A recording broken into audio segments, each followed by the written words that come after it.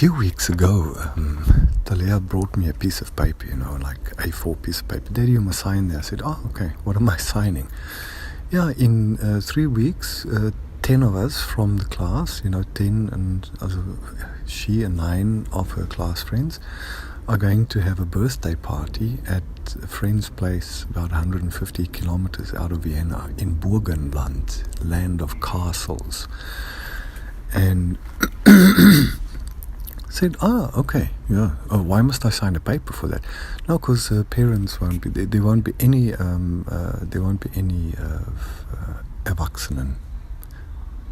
What's that word in English? I'm sorry, guys. There won't be any grown-ups, and then we have to sign a paper and everything. It's a legal document, that we allow it because they're only 15, 16 years old, all of them, 14, 15, 16. I said, okay, sounds like fun. And that's the end of the story for me. We know all the parents in Talia's class, and when she was little and in kindergarten, and they saw how we educate her, how we guide her, how we live with her. I said, funny people, all kinds of stuff, wait till she's 7, wait. And then a few weeks ago, I hear from the one mother. Now the kids are 15 years old, and Talia tells me they go out and get drunk at night and do all kinds of things. One of the girls in her class, sleeping around with boys already and stuff like that, and getting drunk and whatever. She says, Daddy, I don't understand it. Why do they have to do things like that, And I offered her, when she started hearing that the kids in the class are starting drinking, I said to her, sweetie, if you want to, we go down to the shop here. We live on top of a shop, I said to her, we go down there, we buy a bottle of wine, we buy beer, we buy whatever you want to try. We come here, you and me and mommy, we sit here together on the table and we get wasted together, so you can see what it's like. You want to do that? No, Daddy, no, I don't want to do. No, why would I want to do something like that? It's so, I don't understand it. It's so silly. Daddy is giving everything up to the Father. He is her shepherd. I tell you, it really works. It's not a matter of letting, this kind of new education, let the kids do what they want to and see what they turn into, flour, snowflakes and whatever, Talia is stronger than all the kids in her class put together. They flock to her for advice, for support, for comfort, because the only thing I did since she was by the time she was 4 or 5, we have read through the Bible 3 times together. I've read all the Bible stories together. We bought, first of all, the baby Bible, and then we bought the Bible for 3-year-olds, and then we bought the Bible for 5-year-olds, and all of that. Now she's studying her own Bible, That's all I did. I told her about Jesus, about God, that He's our Father, how great He is, what He does, that He cares for us. Did you see yesterday, sweetie, that and that happened? Did you see what Daddy did for us there? Then she comes back from the school. Now she's 15 years old. Which 15-year-old does that when they come back from school and witness for the Lord? She come back from school and tell Daddy, you won't believe what happened in class today, how God did this and that, there was this kind, and all of a sudden this solution came. That is all we have to do, guys.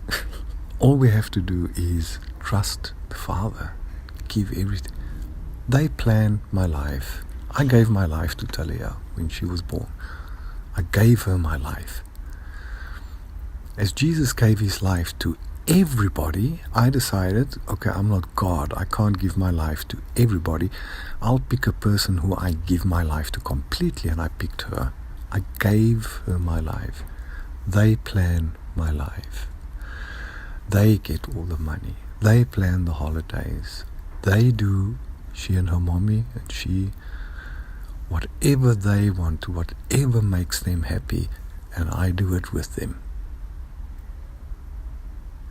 Because when you die for someone, you are giving up your ego. You are giving up what you want. That's the only reason why there are fights in the family. I want this and I want this, and then three eyes against each other. No, man. You just trick them all. You die. You die to it all. Give it all up. It is not important. Our lives here, what feels to us like a long, long life, is like the twinkle of an eye in comparison to the life that God has planned for us.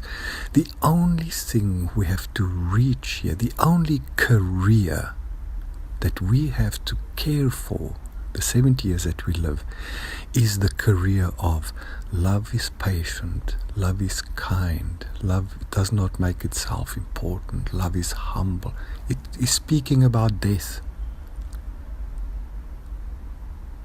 It's telling you how to die so that you can live. It's telling you how to do that which Jesus says, if anyone gives up his life for my sake. Who is he? He is love. He is kindness. He is forgiving. You understand? If you just die, then he takes over. I have a wonderful life, I do everything with him. I accompany him everywhere. If they go shopping, I go with them. They know I don't like to stand around and shop.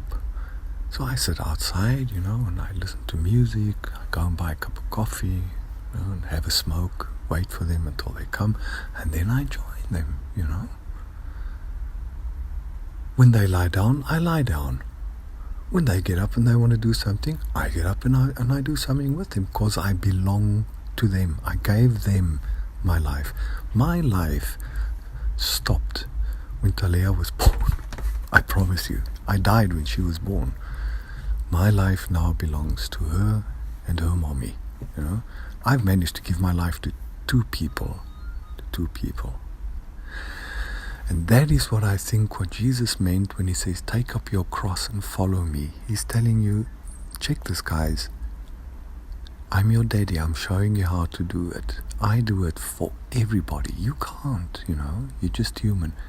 Do it for one person. Imagine a world where 3.5 billion people gave up their ego for 3.5 billion people. What do you have on the world? 7 billion happy people.